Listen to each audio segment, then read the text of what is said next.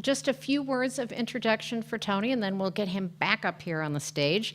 I think from the comments that I made, it's clear that I really am unable to offer an unbiased introduction of this particular artist. He has just charmed us through and through during the 2 weeks that he's been here. We decided, in the fact that we were closing the building, that our presence on this campus and in the city needed to be even more active, really to raise the bar. And we started to think about what were some of the ways that that could happen. Well, our indoor galleries would be closed, but our outdoor galleries, because we have 76 spectacular sculptures across our 330-acre campus. Those are our outdoor galleries, so we could enliven and animate our outdoor galleries. And then the question was, develop, all right, and then who and how would this work? We knew it was going to be a temporary work, and then it was going to be an installation. And given the nature of that, we were not going to develop $1 million budget and have a work in bronze. So if not in bronze, then, well, maybe since it was temporary, maybe something ephemeral. And who were the artists that would be on that list that we might turn to? And all the students in the room and their faculty members know that in today's world, that's really an impressive, incredible list of artists who are using common everyday materials and in such unusual ways. So Tony was absolutely on our list, and as we sort of spun around and thought, Tony became a rather quick and obvious choice for us. This entire telling, I really don't mean to diminish that is a razor sharp eye for formal compositions, just a keen intelligence and incredible sensibility for aesthetics. And those were things that were part of what made him such a clear choice for us. Tony is represented by Pace Gallery in New York, and there might be some students in the room who are unaware, but that is one of the premier galleries in New York and therefore in the world. He has an exhibition history that spans from Istanbul to New York to Japan, art museums from New York to San Francisco to Seattle, from Minneapolis to Houston, and that also includes Chicago and Des Moines in the middle of the country, own Tony's artwork. We can gather your names and decide to collectively take a road trip. Tony has a retrospective that will open in May at the Des Moines Art Center. That's actually a project that's been organized by the Blaffer Art Gallery, which is part of the University of Houston. So it has a second stop on its national tour and will go to Houston. And I could go on and on and on. Please help me to welcome Tony Feher to the stage. We're so lucky we've had him at Wichita State University.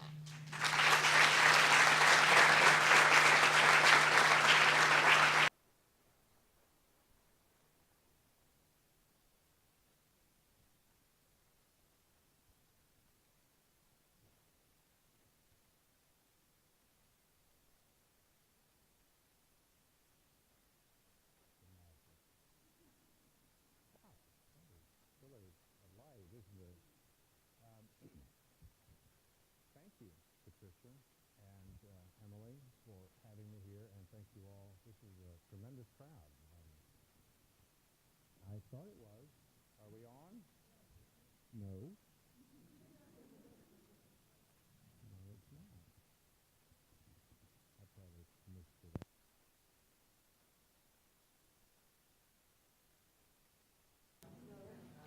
Well,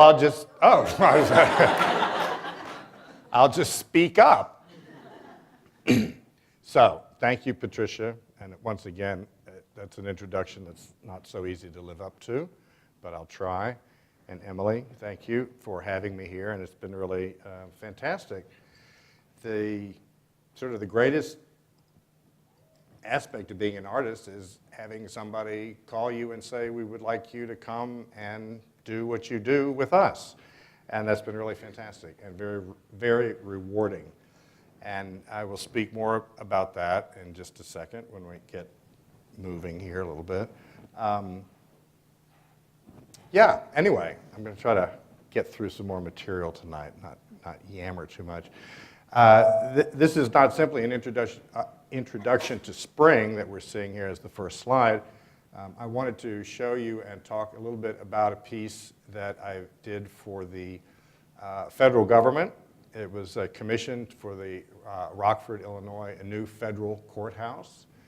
And I received a solicitation via the mail. Would I be interested in considering what was a budget of $250,000 for an artwork? And I thought that was kind of crazy. How many Aquapod bottles did they think I was going to hang from the ceiling?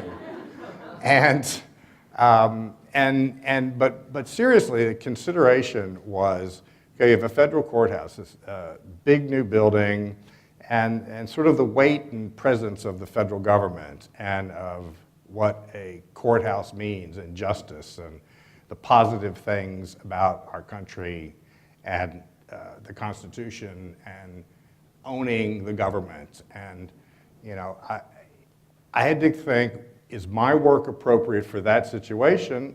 And is that situation appropriate for me, for my work? Is that how I want it to be seen?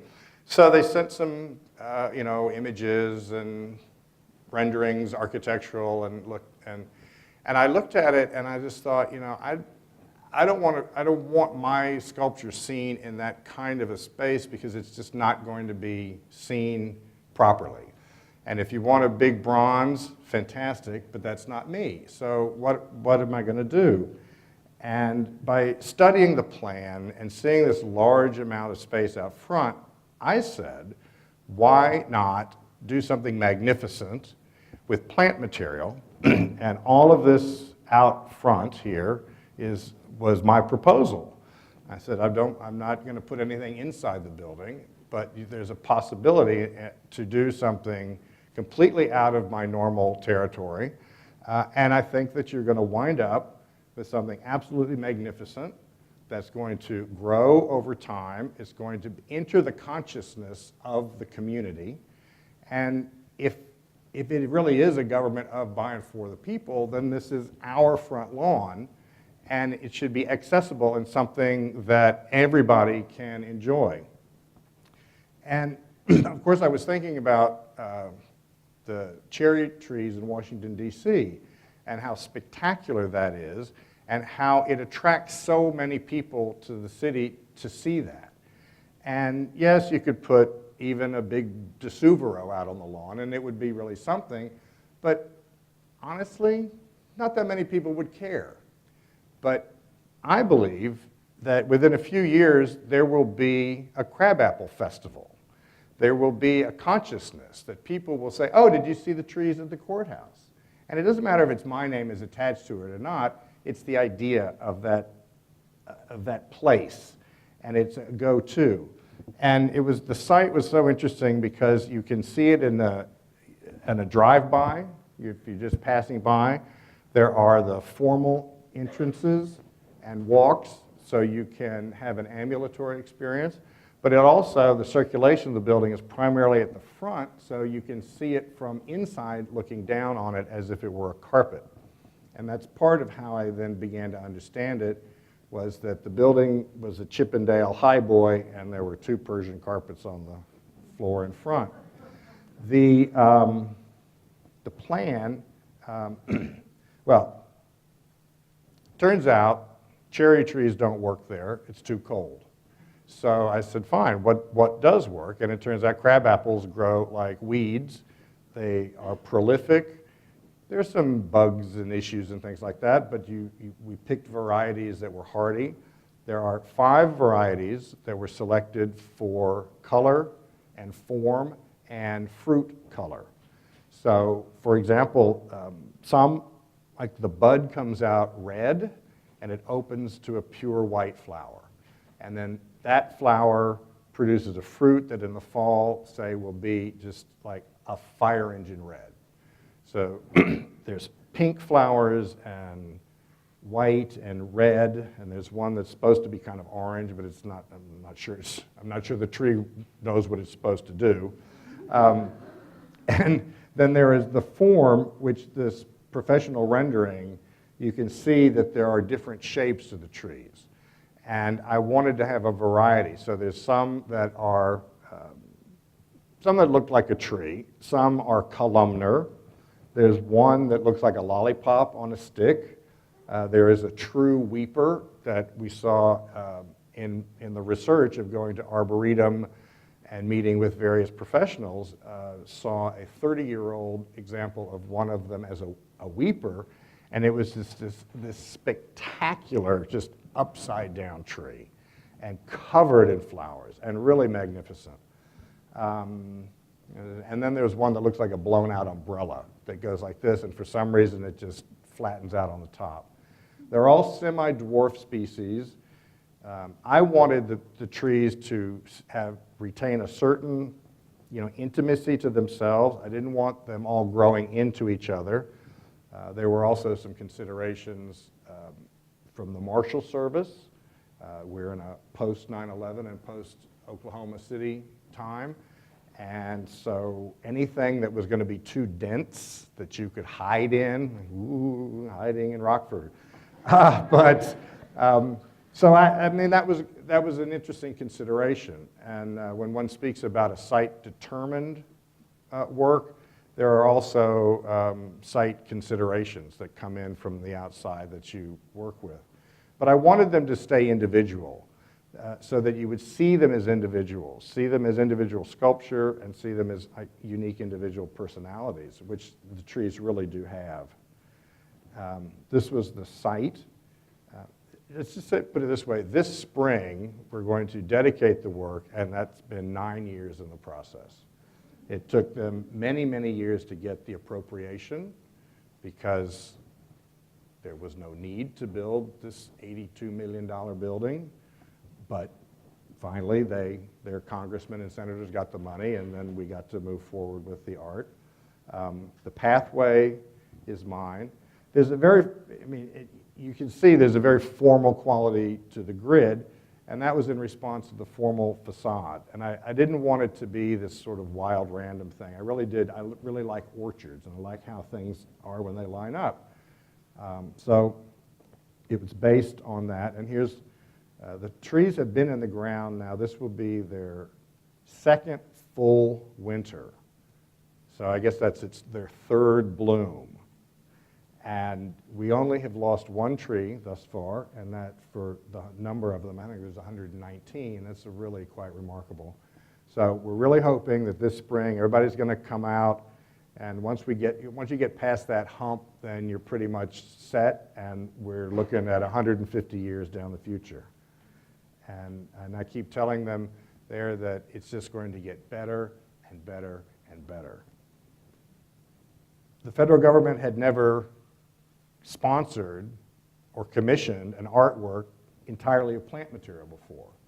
So it had to go back to Washington, and they rewrote and recrafted the contract completely to be able to handle this material.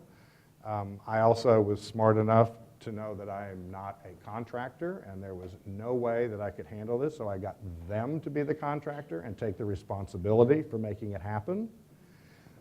And they have agreed to maintain it. It's all in this contract. They'll maintain it. But in a post-tilted arc, the controversy of Richard Serra at the federal building in New York City, when it was removed after many years and in violation of the contract and big lawsuits, and no, it's gone.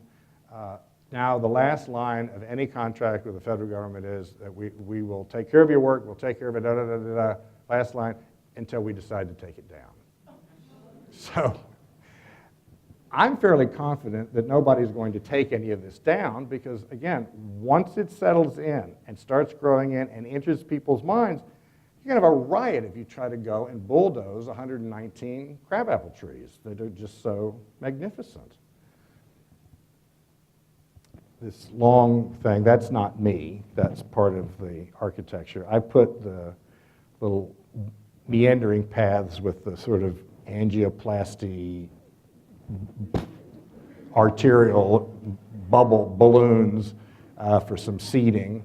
And as they grow in, like I said, they're not going to all grow together. They're going to have individual shapes, but they are going to take up more space, obviously. And when you walk, depending on whether you walk this way or on the paths, you're going to perceive rectangular rooms. You're going to be within an area that you're surrounded by trees but has an open space in the middle.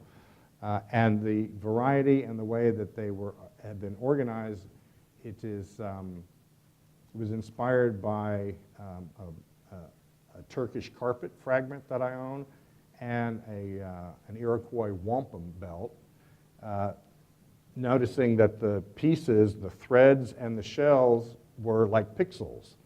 And I understood that by overlapping diamond shapes, you would get a rhythm of the plant material such that you maybe have 2 or 3 of the same next to each other, but you never had rows.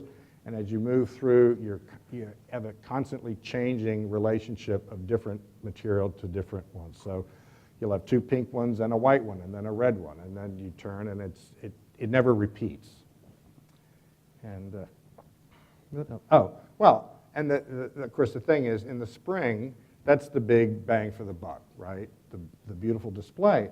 But there's such beautiful little trees in the summertime that these different forms are going to provide visual interest, and the leaf color is slightly different.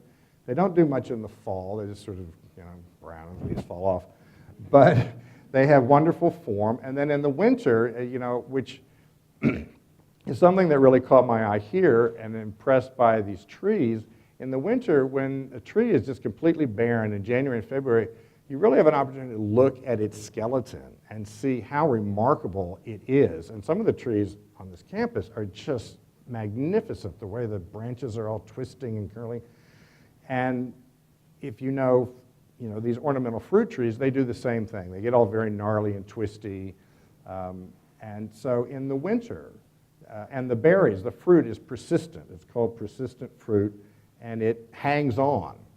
So in the middle of winter, when it's just as bleak as it can be, and there's a snowstorm, and ice covers everything, these wonderful forms have all these bright colors on them, covered in ice, and it's amazing. So there's visual interest throughout the year. It's not just a one-time thing. And here's an example of how the bud comes out one color, and of course, last spring, I went with the representative from the GSA, the General Services Administration, who are the people that own and operate all federal buildings, and we spent the afternoon picking webworms off of every tree. Nobody told us about webworms, but we saved the tree, and then last summer there was a Japanese beetle infestation. And I thought, well, if they survive, then they're just stronger for what they had to go through. So wish me luck this May when we go out to dedicate it, and the building is going to open for business sometime in April, the first court date. And I'm beside myself. I can't even believe it happened.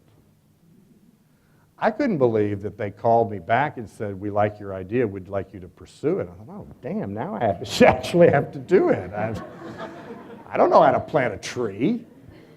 You dig a hole and put it in. And of course, I wanted to show this because the first time I went to see the site, that's what you see. Like, oh, okay, big vacant lot. Okay, so now I want to just talk sort of quickly about where did I come from. This is probably the most iconic work that I could think of. I had been painting, making art, making paintings for a number of years, not terribly satisfied with what I was doing. I mean, I liked them, but no big deal. It always seemed like there was some loss of connection between my brain, my arm, hand, and the brush. It's just like, I like slopping paint on, but the work just kept getting more three-dimensional. And then at a certain point, I saw some marbles in a window at a children's store in the East Village, and the way the light was hitting, and I'm like, that's what I've been looking for. The color is there, there's form, there's formality in that, but my craftiness is not at play. And this is what I understand. So I bought a bunch of marbles, put them in these jars, and immediately said, well, that's my art. I understand that. That is a sculpture, that's art, and it's mine. And so from that point forward, I put everything else aside and started working with materials that I found just within arm's reach. Basically, that's what it was. A good friend of mine said, well, you're making tenement art. Fine. That's where I live. That's my experience. I'm struggling as an artist to find my voice and my footing, and this is what I found. The bottles were everywhere. I noticed one day in my apartment slash studio slash landfill, the condensation that had collected at the top of a partially consumed bottle of water, and I had this revelation that's the same cycle inside this bottle as what makes clouds in the atmosphere. Evaporation and condensation, evaporation. And I found it so remarkable that microcosm could be held within something as ridiculous as a plastic bottle. It was both profound and very funny at the same time. And then, of course, the bottle, or this vessel, for all of human history, has been a metaphor for the human body. And so, again, you've got this plastic bottle, and I can go, you have to have oil in order to make stinky oil, stinky process to make the plastic, to put clean water in so that a multinational company can sell it to you for $1, and if you don't have $1, you don't get a glass of water. And there's something subversive about it all, because we for a while we got so trained to drink water that the pressure to our politicians and our the civil servants, we should be demanding that the water that comes out of the ground is clean and not have to rely on this. It's a great convenience, but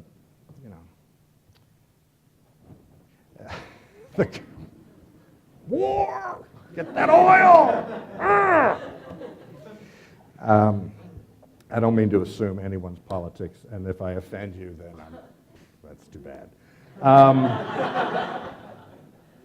The colors that I've chosen, when I first started doing this, and I thought, okay, you have an empty bottle that had a fluid in it, so you put something back in, and of course, because we're artists, color is something that's interesting and exciting.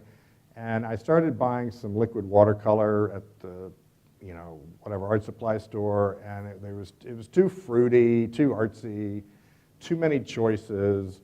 They faded terribly, very fast, so it was just not right. And I just went back to food color. Just went to McCormick egg dye and food coloring, the same stuff that I knew when I was a Cub Scout and my mother made cookies and holiday cakes. And this actually has a little bit of mixing in it, but I don't really do that so much anymore. I actually find that limited palette is actually quite freeing. It's like going to the grocery store. Why are there 700 kinds of toothpaste? This is too many choices. I like that. I like the limitation of that. In seeing a bottle and seeing the potential in the bottle, then it opened my eyes to pretty much everything else that was laying around. And I started composing sculpture from a fairly formal point of view, but with very informal material. This piece is called Red Sculpture with Base. And I prefer when it's on the floor. I really like that perspective of looking down on these things. There's a sense of scale, and with other works, it's sort of this sense that you're sort of flying over it, and it sort of worked for me. This piece, it might be my all-time favorite. It's called Two Unfinished Liters of Diet Coke Side by Side on a Styrofoam Box. It's such a beautiful title, and it is what it is, but one of my handlers, if I will say that, a gallerist, we say dealer, it can imply something else, likens it to Brancusi's Kiss. And I thought, well, that's very bold, but that's the kind of gallerist that I want working for me. And, you know, nothing is off limits. The sort of the gas bagginess of them, the shape, and they hold air, and it's like as if they're a lung or something. Again, jars and marbles and arrangements. Lots of Coca-Cola has passed these lips, apparently. You know, and the little, like just the sight gag of the red on top and the red underneath and the inversion and this, you know, all of those sort of little dynamics that add up to something that I find create a sympathetic entity. I actually do work once in a while and mix, sand mix, and break a sweat sometimes. At the time, you know, you don't really realize necessarily what your motivations are and your inspirations. This piece comes from a time when I first was putting all this together. It was a time HIV and AIDS was rampant, and it still had not been it wasn't fully diagnosable. The mechanism of transmission and the morphology of the disease itself was not known. People were dropping dead all around. The sense of vulnerability as a person of maybe 30, 31 years old was very different than, you know, usually you don't have to consider your own mortality for many years. Your friends are with you for a while. Well, that's not the way it was back in the early 90s. And yes, I was responding to that sense of loss and memorial. And this, I call this piece Longterm Pillow. And again, just having an open eye, an open mind, I was just, I don't know, watching PBS or something, and noticed some Lay's potato chip bags that were on my floor, because as I said, I rarely clean up anymore. And I just saw that bright color on the outside, but I noticed the silver on the inside, and it just sparkled a little bit. And I thought, wow, there's something there. There's a potential there. And what is it? And I like to poke holes in things, so I got a hole punch and started perforating them, and then inverting them, turning them inside out. And this is a different one. You can see some different little angle, but you see the little flecks of color. And in reality, when you are looking at that piece, you can see inside and see all that cavern of color that's in there. And because the hole punch doesn't always make a clean hole, it leaves these little hanging chads. I was just about to go there, yes. But in this case, they're beautiful and colorful, and they didn't corrupt any political systems. But exploitation in art is a good thing when you're exploiting something like this. And a somewhat typical piece also. These are items that were anyway, completely ubiquitous to the landscape in the East Village in New York City. They were just there. I didn't steal them. Somebody else did. But they were just out on the landscape. They were like shells on the beach. And that's what so much of this also was, and of all these other materials. And I just, I realized, well, I'm a landscape artist. It's just my landscape is the hardcore, absolute, dense urban environment of New York City. So my landscape sculpture is going to be different than somebody who is walking through the woods. But it sort of comes out of the same search and the same spotting and finding certain materials that speak to you. I was always intrigued by the various colors, and if you notice the different patterns, and there are even more patterns. Sometimes you get a Greek key or a Roman design. You're kind of thinking, well, these product engineers, you know, they're expressing something themselves because they could all be one color, they could all be black, and they could all just be squares.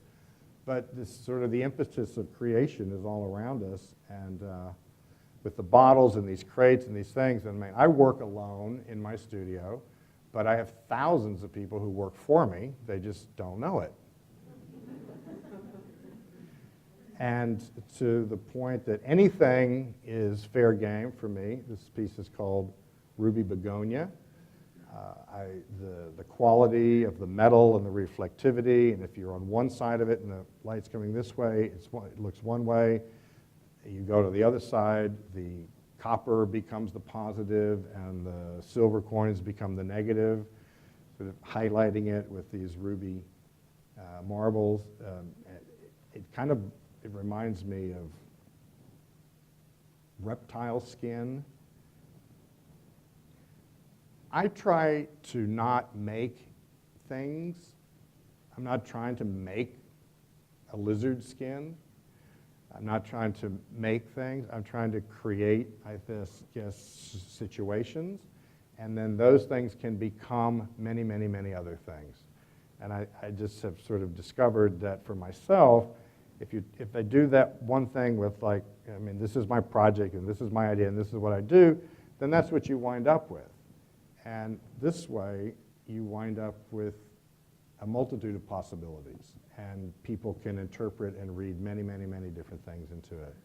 And this piece is called Ruby Begonia, and it's named for a turkey in South Texas, a place called Cuero, Texas, and they run the turkeys down the middle of the street every fall, the Cuero Turkey Trot, and Ruby Begonia won repeatedly year after year. And my mother and I just fell in love with Ruby Begonia. Again, I'm just trying to show you a variety of materials that strike me. These are mop and broom poles that I pick up from the street. They're just, people throw them out. They're in the trash over here, or they're in the barrels that are on the street corners. And it's just these lines of color, and I just thought these are fantastic. You can do something with that. Well, I didn't know what, and it took many, many, many years and lots of poles. And then one day, boom, I just realized there's a loop, a little plastic ring at the top of each one, so you can hang it on a hook in the laundry room. And that was the key. So these are threaded with a little piece of rope to hold them together, and they then create this pinwheel, cosmic star, iris. There's something else that reminds me of, but we don't. Yeah, so you got it. And this piece is called Charadiant, which I love that name, and it was, I guess I watched too much television, I'm going to admit it. It was back when Jenny Jones was on television, and she had these remarkable African-American women on stage who were talking about their men, did them wrong and whatever, and this one woman's name was Charadiant. And I thought, that's the most beautiful name I've ever heard in my life. And Jenny kept saying, now Charadiant, now Charadiant. I'm like, what? This is so beautiful.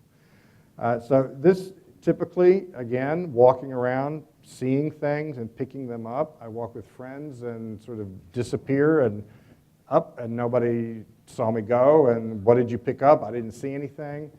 And just over time accumulating these, and sort of like what do you do with it when this piece is fully open and installed. It goes on the floor. It's about 8 feet long and has a width of 4 feet. It makes sort of an oval. You just place it and space it and make it fit, and then that's your shape. This used to be, again, this was like shells on a beach in the East Village, Lower East Side, Bowery area. Gentrification has come along, and now they clean the streets, and there is nothing to pick up downtown Manhattan anymore. But this piece, this is called Round Things with a Hole in the Middle most of the time. Most of the time. And I said I like to punch holes in things. Well, I like shredding paper also. And I bought a shredder, and it was one of those ones that makes the linguine, And I thought, well, that's no fun. It just doesn't do anything. So I then got a cross-cut, so it makes these little chips. And I found this paper, and I really love color and this fluorescent color. And many pieces of dyed paper, it's dyed on both sides, and when you chip it, you see there's a white core. And I was not happy with that, but I found this paper that is actually saturated all the way through. So these chips come out, and you get this wonderful, wonderful mound of fuchsia. This piece is called Ultra Fuchsia. And that's a bum laying there next to Ultra Fuchsia. And this is just a different one with black paper and mounded differently. It's a much smaller piece, and this is in context at a show at a gallery called Acme in Los Angeles. But I thought that's a nice photo. These pieces, I call them Blossom. They are what they are, and I guess that's another thing that I should point out, that I like using things and trying to use them for what they are, and then to extract more out of them. That's where the exploitation comes from. I saw this material, I didn't know what it was. Home Depot, let me throw a couple in the back of the van, and start working with it, and they just opened up. It's Owens Corning insulation. It's called Fanfold. That's its name. And I just did what the instructions on the back said, open it up. I love the little mouse hole. It's fantastic. There's not really a front or a back, but obviously there's sort of the money shot. But I installed them in such a way that they weren't up against the wall. I'm not trying to hide what they are, and I was not trying to hide that printing.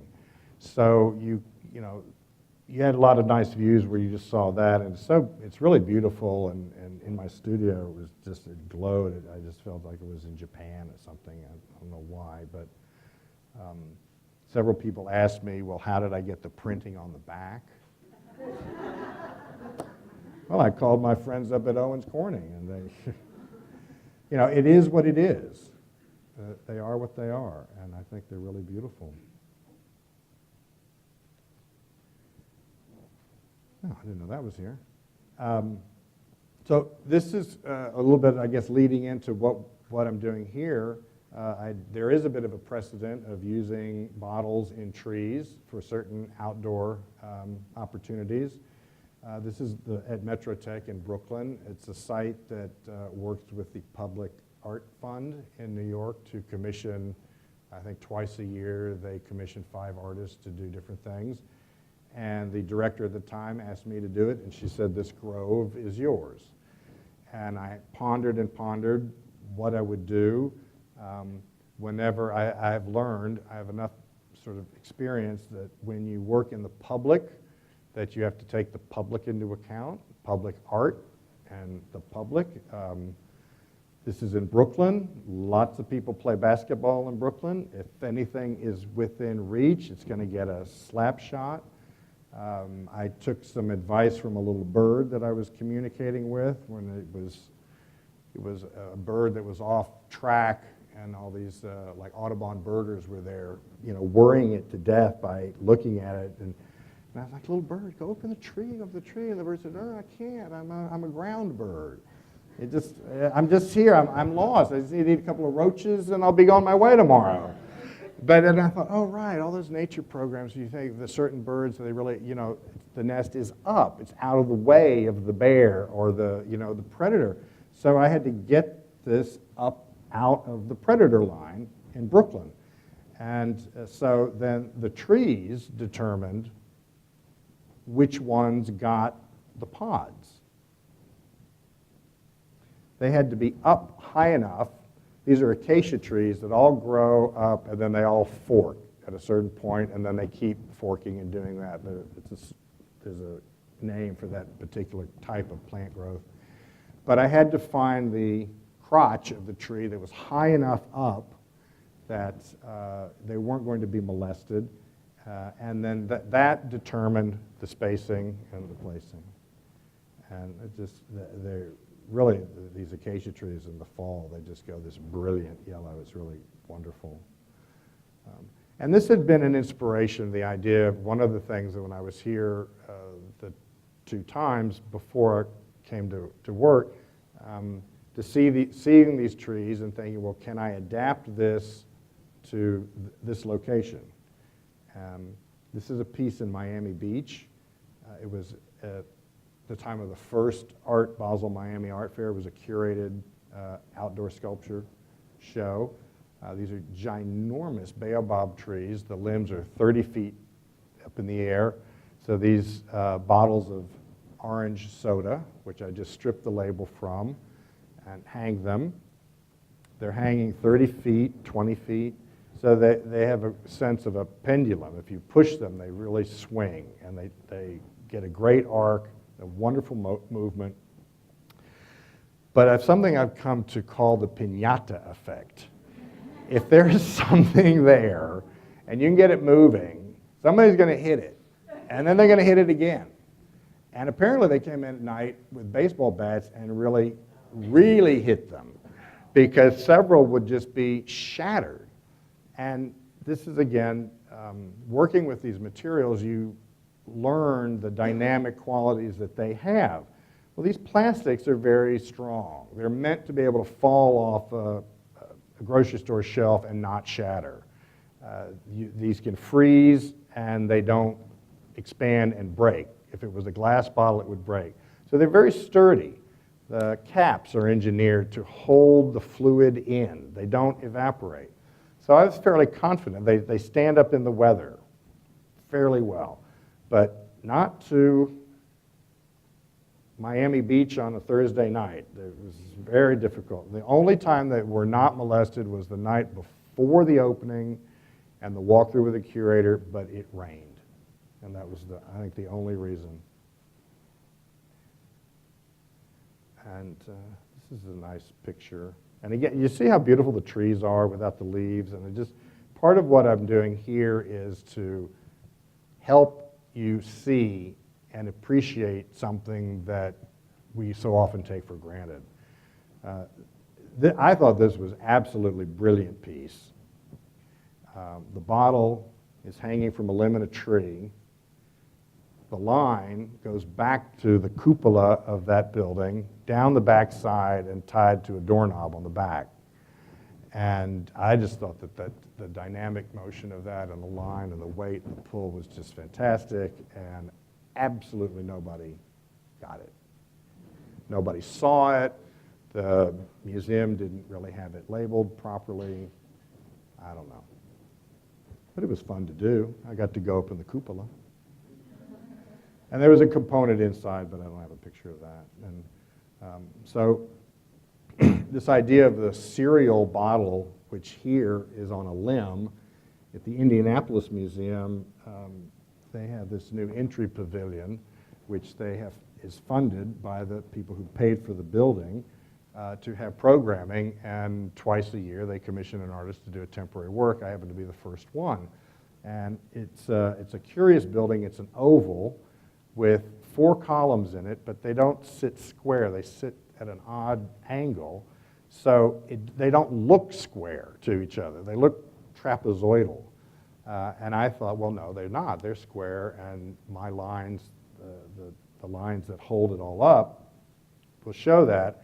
So there's a line at the top that's about, 25 feet up, wraps around each column, and loops to the next one, goes around, loops to the next one. It's one piece of line that goes all the way around, and then these bottles are hung off of it into wave patterns that relate to how you move through the space. It comes very low. I'm going to step out of my comfort zone.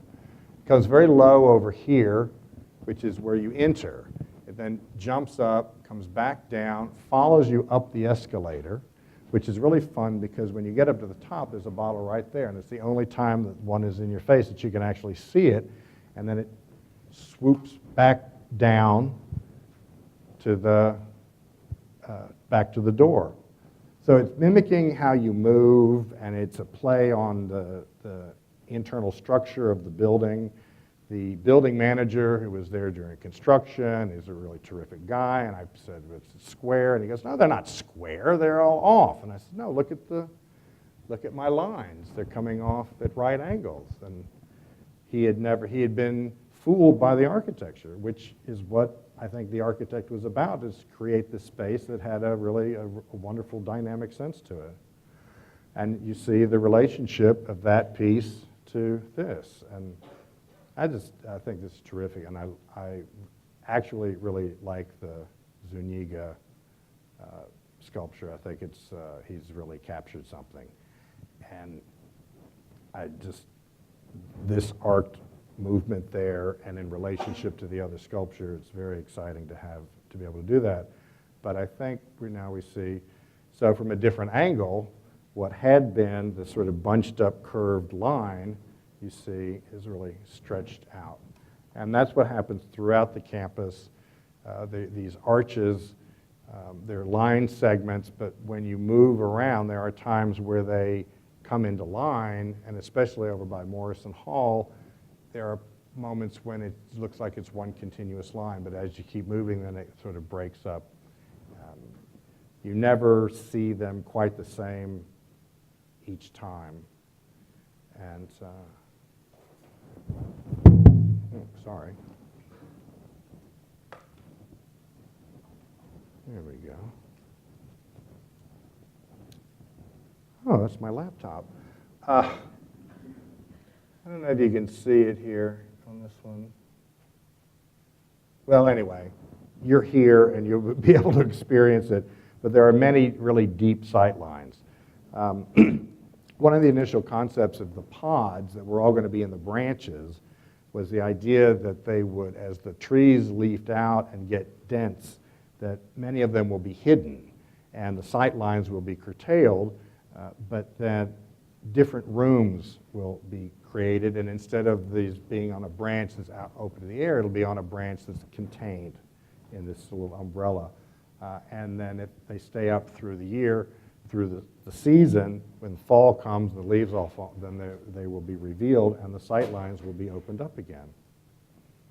And obviously this was last week when it snowed, which was really surprising and very cold after tying knots. Mr. Porter can attest to that. It's the first time that I ever painted the outside of a bottle. Part of how this developed, and it's no blame or anything, it's just circumstances that would happen, and you have to be flexible and open, and that challenges you. I had made a 3-part proposal.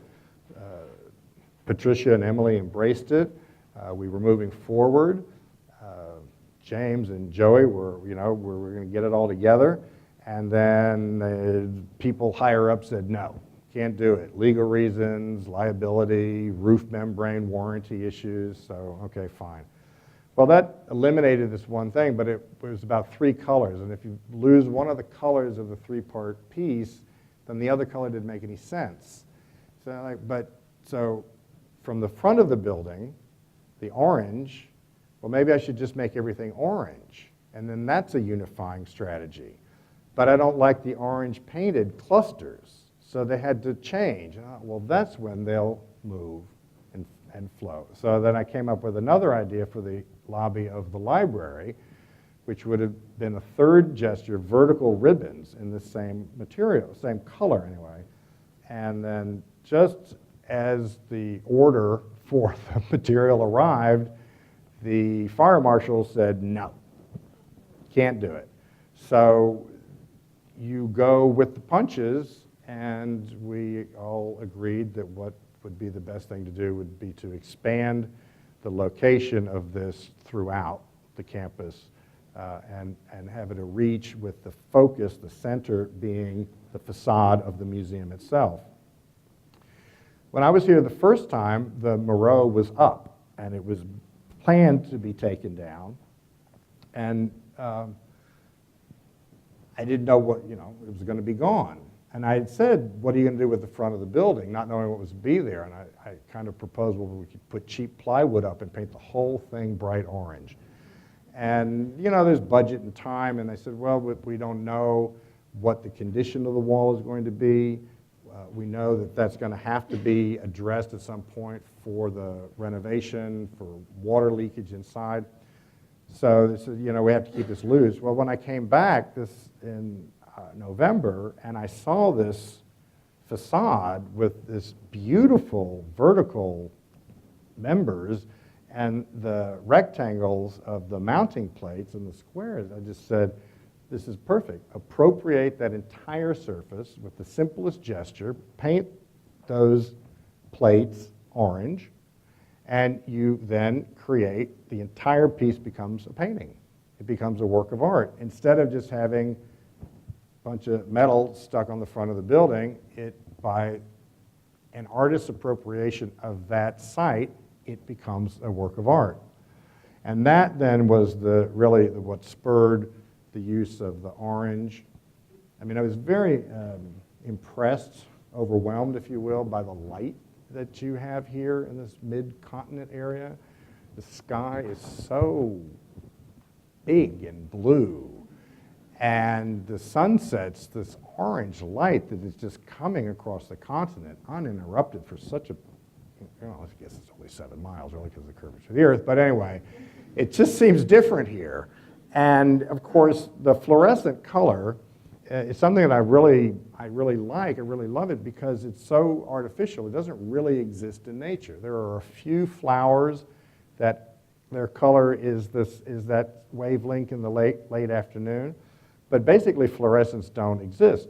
But the wavelength of energy, of light, does exist. We just don't have anything to reflect it off of. So to me, it's hyper-artificial, yet it's a wavelength that's here with us. It's just like right now there's radio waves and TV waves and cell phone waves in this room going through right now. We just can't hear or see them. You know, we see this much of the electromagnetic spectrum, and this is another wavelength that's there that we can see. There's just nothing to look at. But now there is. Ooh, no?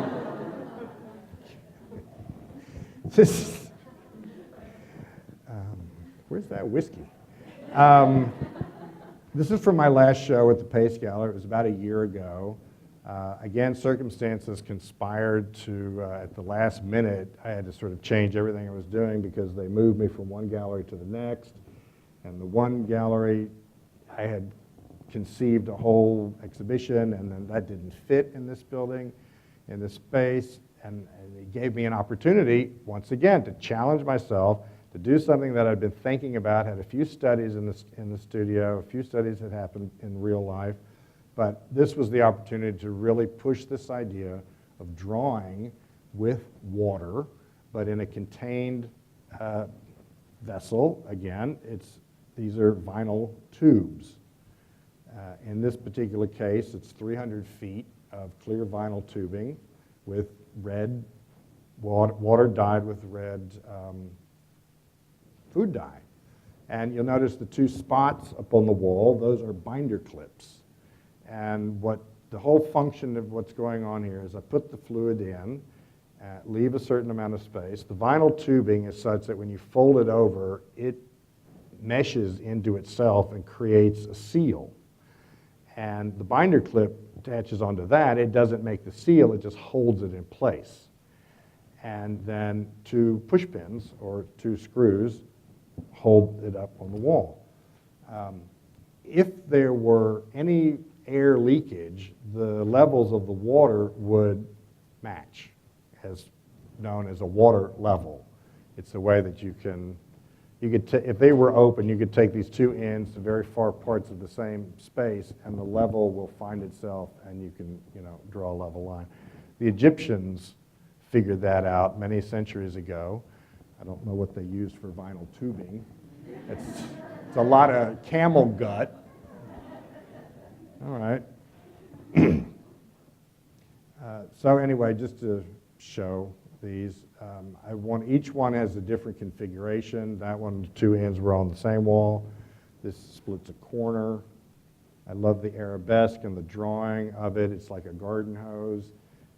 I did not want to spell my name or write any sort of clever message. I think just the arabesques of themselves do all the talking. Well, the gallerist commented about there sure is a lot of nothing on that big wall. And said, well, actually, there is a lot on that wall, and it's the space required for the sculpture. And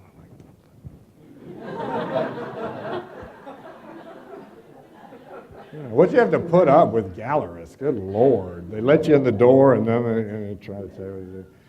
So in a larger room, separate gallery, in order to get the fourth color, I just kind of went for it, and each line connects to the opposite wall.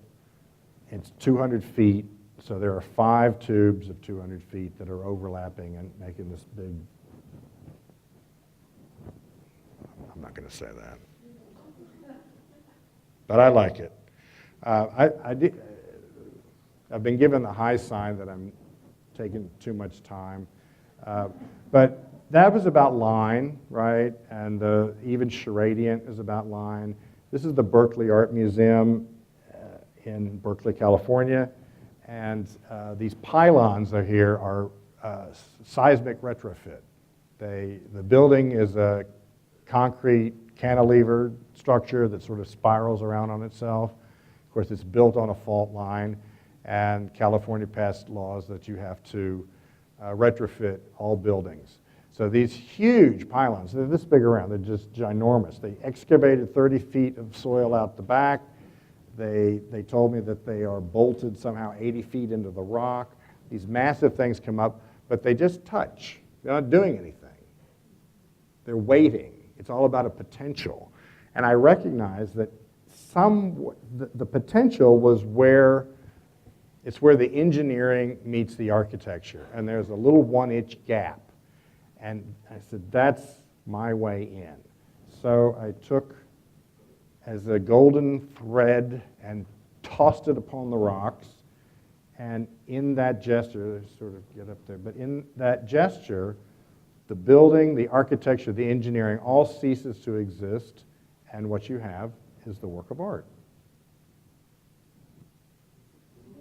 In Berkeley, they were appalled that I said that. What? But it's sort of like, it's the revenge of the engineers. Like, I told you you needed a column under there, But it's sort of like, in Cinderella, where the birds fly up and are throwing the garlands or whatever onto her dress. And I was just like, phew, and now it's mine. A line, this is at the Grand Canyon, and this just came out well, this picture. It certainly looked, there's a dead tree over here and a dead tree over here, and it just worked well. Again, one of these bottles. One of the things about the hanging of the bottle on the string, if one drilled a hole in it, of course that would ruin the integrity of the whole seal and everything, but if they hung straight down like a pendulum, I don't think they would have the character that is part of what attracts me to them. It's the fact that they lean a little bit. And that gives it just that je ne sais quoi. It's just a little something that takes it out of sort of a mathematic or clinical, it's a line, a line, a line, but in fact it becomes a little bit of an animation. And it's a bit of a stretch, but, if you've ever seen the pictures of the horror of someone hanging, the body, the line and the body is all together, but it's the head. That tells you something is really, really wrong. In this case, the neck is stiff, but it's that kink of the whole body that I think adds that one other level of anthropomorphic quality that kind of makes them cheerful, but there's a little bit of a patheticness to them also. I might say that about the whole body of work, but this is at the Chinati Foundation, and I want to just go, oh, here we go. This is, the bottle is something that's very ubiquitous and common for me. But one day, somewhere along the line, working probably at a job and with blue painter's tape, just realized the hard edge line that you get from the piece of machine milled tape. Straight lines don't really exist in our organic biologic world. Maybe at the scale of atomic structure and maybe at the scale of cosmic, but actually light appears to bend over time, so maybe there really isn't such a thing as a straight line. But it's a human construct that we use to great benefit. But making that straight line, how do you do that? Well, this is done. You can't get anything straighter than, oh God, there's a joke there, than that milled edge. But what I really liked was the contrast when you then tear it and you get this sort of deckled edge. And I came up with this notion. I'm going to run through there to get to a detail. This is string, twine hung in this way. This is a place in Oaxaca, Mexico. It's called MUPO, the Museo de los Pintores Oaxaqueños, the Museum of Oaxacan Painters. So I'm now a Oaxacan painter, and I very much like that. You saw sort of how we moved around that. It's like the rings of Saturn. But I'm trying to get, there we go, a bit of a detail. So what it was, it's the hard line, the torn edge, and the overlap. And when I realized that you could overlap it to get the contrasting color, block out the light, then compositionally you could just sort of go from there. Then I must have been a little bit insane with the sort of the star pattern, but it's, you know, you put one and then make an X and then you just overlap and fill it up. And at the opening, people were saying, you used a lot of X-Acto knives on that. Again, go look. And it was a big room in a colonial building. There were 5 major windows that were much bigger than I remember them being when I had been there down on a visit. And it was, whoa. I love nothing more than making work, making art, and doing this. I stood there for hours and hours and hours, and I would still be there if I could be, but at the same time, like, oh, they're bigger than I remember them being. And then I came up with a different sort of pattern, kind of a Roman mosaic. And then some more details. This is the more typical, this sort of grid. That's where it all kind of got started. I used blue bags on one end because I didn't want the same wall to be the same, but they're bulging out to make a texture, as you see there. This is the foyer, the entryway of the Center for Curatorial Studies at Bard College in upstate New York, Annandale-on-Hudson. This is the first time I used this. This whole wall was just glaring. It looked out through the lobby to the lawn and just the sun and the glare. And I thought, well, you know what? Glare is light. Light is a medium. Take advantage of that. Screen this off. The light comes in. It creates this extraordinary blue aura. I also don't want you looking out the window. A view will kill an art exhibit. Pets in the room, babies in the room, and a view out. So I can't do anything about the babies. Please leave the dog outside, but I'm going to close up the view because what it does then is it brings you inward. And there's no place that you can look, okay, fine, and then go and look out the window. I mean, I think that's a different gesture in itself. But I don't want you looking out. I want you to be in and paying attention to me. This is probably the most exciting opportunity. This is the 8th International Istanbul Biennial. And the first time it had ever, well, Istanbul Biennial, this is Hagia Sophia. It was the largest building at the time when it was consecrated by the Emperor Justinian in 537 AD. It's the first true large-scale dome, which creates this enormous open space interior, which was the point. This, as big as this room is here, it's actually small in this giant complex. But it's a barrel vault that's part of the circulation of when you get upstairs and everybody comes up and goes through there to go back to see the mosaics, and then they turn around, they all come back out. And whoa! It's pretty cool, but I think the computer is really going downhill here. That was kind of an important shot, too. But anyway, this, from where we are now, this view, you're 350 feet back from that row of windows. And I had the opportunity to be in the space for a week prior to going to install, trying to figure out what is it I was going to do, how is it going to adapt to it. I'm going to hang bottles from a string, I'm going to do this.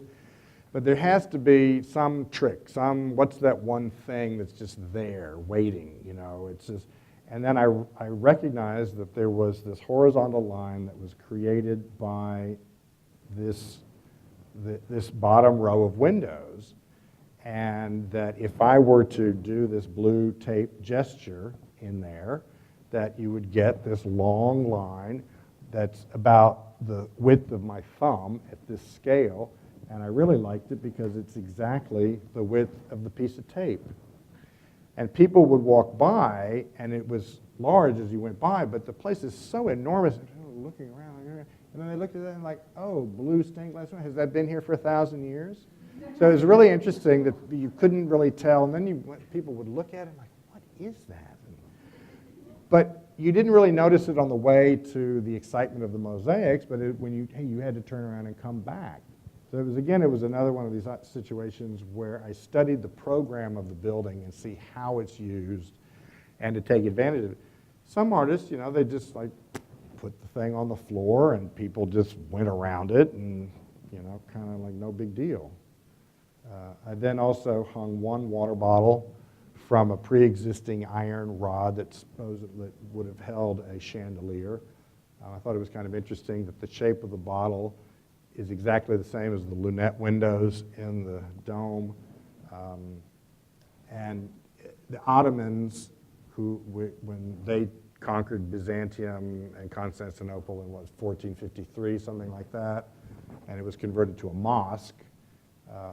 And the Ottomans were great poets, romantic poets, and there was a tradition of writing poetry and catching a tear in a vial and sending it to your lover.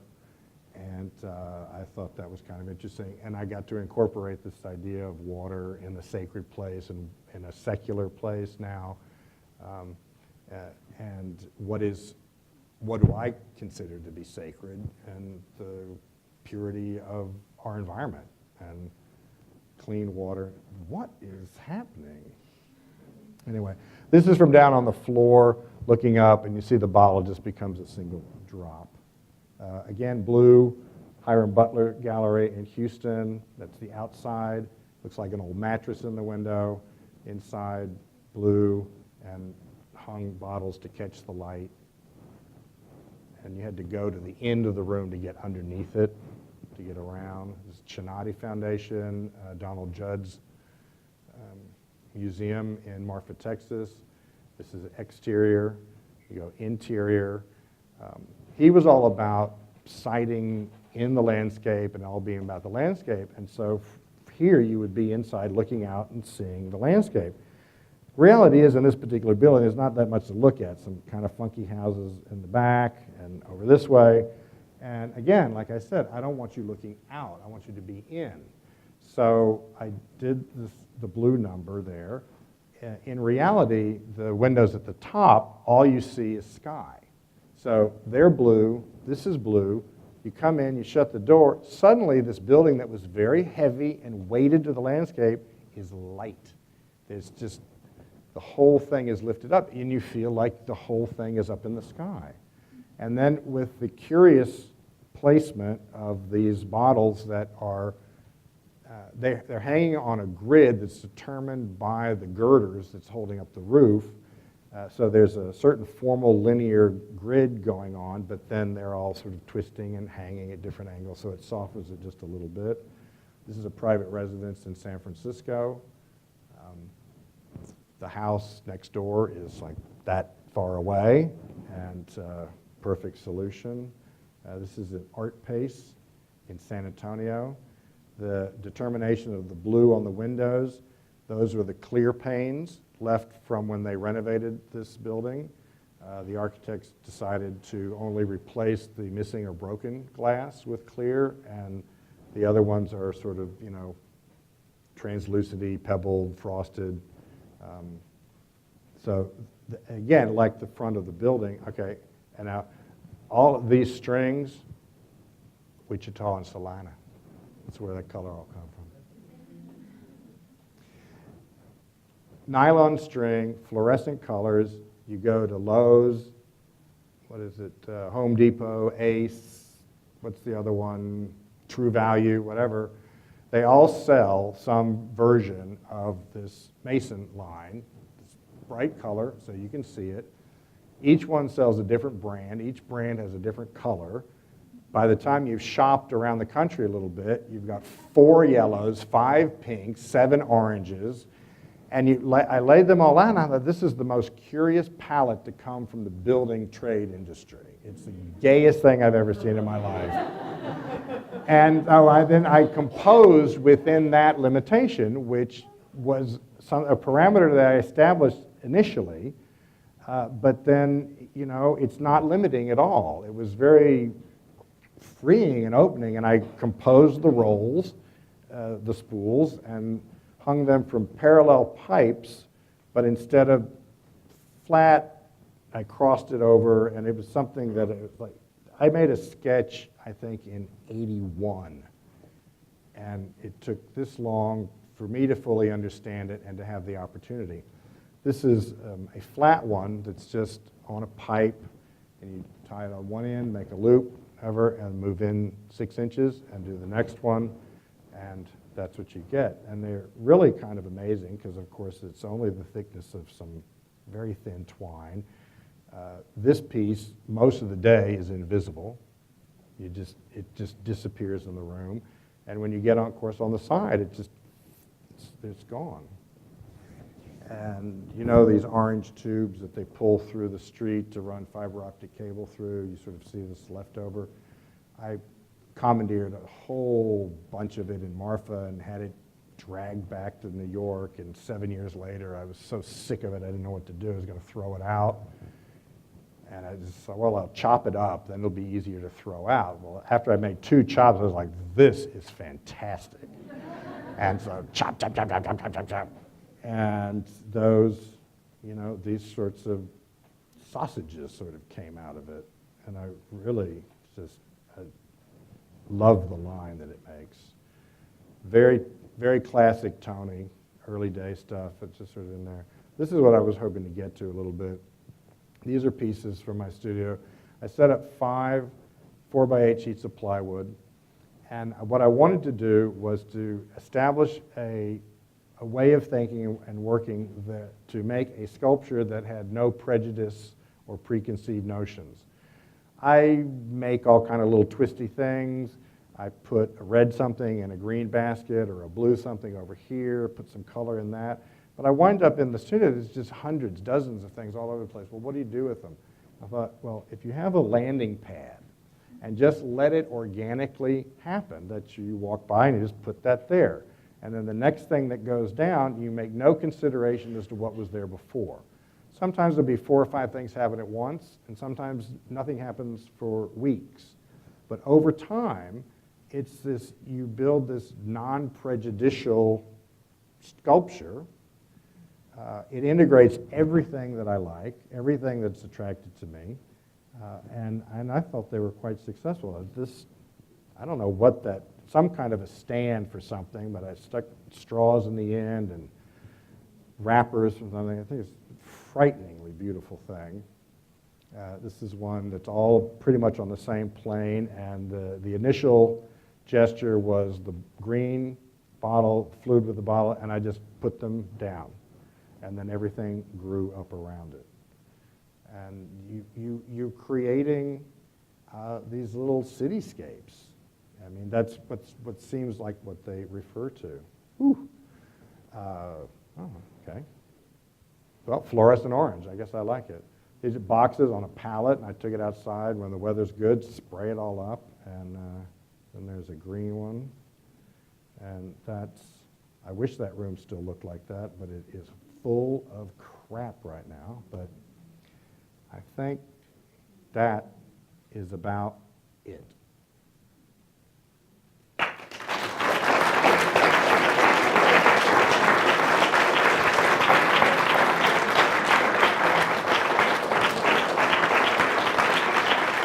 Oh.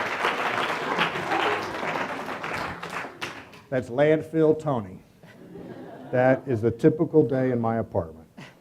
That's really it. Well, I want to end by, again, congratulating the student scholarship winners and thanking Trish Higgins and thanking the Alliance and thanking Tony for creating this gem of a thing that we get to keep for months and months, this sort of special, wondrous art touch left in Wichita.